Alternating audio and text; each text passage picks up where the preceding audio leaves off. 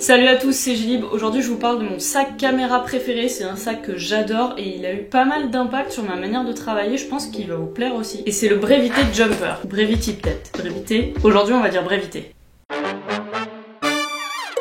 Alors, c'est un sac cam dont on a pas mal entendu parler sur YouTube quand il est sorti, et pour une bonne raison, parce que franchement, il a pas mal de points forts. C'est un sac qui s'utilise plutôt au quotidien, c'est pas fait pour des énormes projets où vous avez besoin de vraiment beaucoup de matériel. C'est juste un petit sac tout simple qui permet de prendre l'essentiel avec soi. Et franchement, on dirait pas comme ça, mais mine de rien, il y a pas mal d'espace, on a quand même de quoi faire. Je vais commencer par vous montrer la poche principale, comme ça on rentre direct dans le vif du sujet.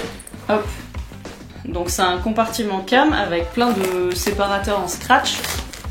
On peut en faire un peu ce qu'on veut et ils sont renforcés en fait pour pas que ça abîme votre matériel et pour que ça le protège bien. Il y a plusieurs formes et plusieurs tailles, donc vous pouvez vraiment faire la configuration qui vous convient. Donc vous pouvez même prendre plusieurs boîtiers, plusieurs optiques évidemment, ou même de quoi prendre du son. Il y a vraiment plein de possibilités. Pour vous donner une idée de la taille du compartiment, là j'ai un 70-200 f4 de Canon. Là je peux le mettre par exemple.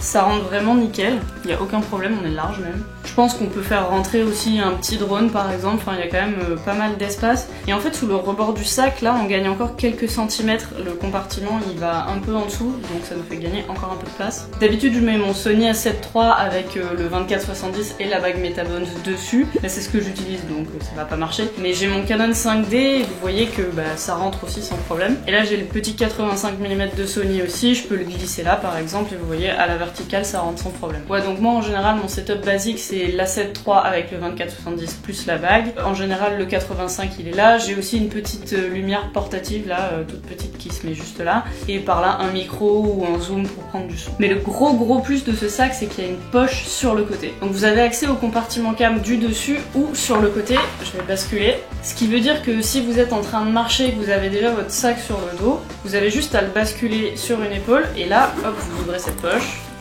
Et vous avez accès à votre boîtier directement. Et ça c'est très pratique. Hop. On continue sur le dessus, on a une grande poche un peu fourre-tout qui est assez spacieuse. On peut mettre tout ce qui est chargeur par exemple, ou même se prendre un pull ou quelque chose comme ça si on part en balade. Et d'ailleurs c'est un peu ça tout l'intérêt de ce sac en fait, parce qu'en général on a soit un sac à dos basique qui est pas fait pour le matériel caméra, soit un sac à dos qui est fait que pour le matériel caméra. Donc moi par exemple j'ai un gros sac caméra que j'utilise surtout pour des gros projets où je peux mettre en fait que mon matériel caméra. Et donc quand je pars en balade ou en week-end par exemple, je prends pas ce sac là parce que c'est trop encombrant. Et donc ce que je faisais en général c'est que je prenais un sac à dos normal, que j'enroulais mon boîtier dans une écharpe ou un bonnet ou un truc comme ça, et je le balançais dans le sac et c'était terminé. On le fait tous et on sait tous que c'est pas bien. Je sais que c'est pas bien. Et donc là, le fait d'avoir cette grande poche un peu où on peut mettre plein de choses et en dessous un sac qui est dédié à notre matériel caméra, c'est génial parce que du coup on sait que notre appareil photo il va être bien protégé, on a confiance et on peut l'emmener partout. Pour la taille, en fait, il ressemble un peu à un petit sac à dos assez basique. Il ressemble pas à un sac caméra et c'est tout ce qu'on demande d'un sac caméra. C'est pas une bonne idée d'avoir un sac qui crie « Regardez, j'ai plein de matériel qui coûte super cher sur moi ». Donc c'est vraiment appréciable qu'il soit aussi simple et puis il est joli aussi, donc ça marche très bien. On a une poche à l'arrière qui permet de mettre un ordinateur ou un iPad ou quelque chose comme ça. Ça peut aller jusqu'à un ordinateur 15 pouces. Le mien il est plus petit donc il n'y a aucun problème, on est large. À l'arrière, vous avez aussi une petite poche qui permet de glisser un passeport, un permis, tous les papiers un peu importants, le porte-monnaie, etc.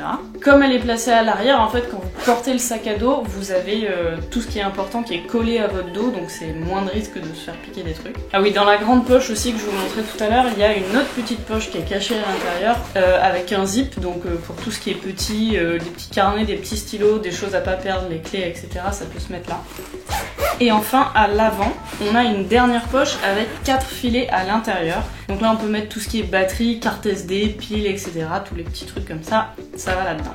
Sur le côté, là, on peut mettre une gourde ou un petit trépied, par exemple. Il y a des élastiques sur le côté, donc la poche peut s'agrandir un petit peu.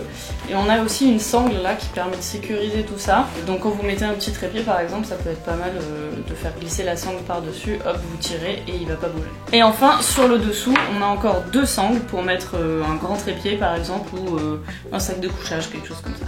Voilà, donc en fait tout est vraiment pensé dans le détail pour les photographes ou les vidéastes qui partent pour une journée ou un petit week-end et qui veulent vraiment l'essentiel de leur matériel sur eux. Perso, j'ai rarement besoin d'emmener beaucoup plus de matériel que ça, donc c'est vraiment ça que j'utilise beaucoup. J'ai déjà tourné des projets professionnels avec, où j'ai fait par exemple des vidéos pour des restaurants, des petits cafés, etc. J'avais pas besoin de grand chose de plus, au final on se pointe juste avec ça et sa petite lumière ou son petit stabilisateur et ça suffit. Après évidemment pour des très grands projets, il vaut mieux avoir un sac un peu plus gros et où on peut mettre quand même beaucoup plus de choses. Donc ça dépend vraiment de vos besoins, mais en tout cas pour un petit sac du quotidien, celui-là il est vraiment cool. Et je disais même du coup qu'il avait changé ma manière de travailler parce que j'ai tendance à prendre mon appareil beaucoup plus souvent avec moi. J'ai toujours ce sac avec moi en fait et mine de rien ça compte.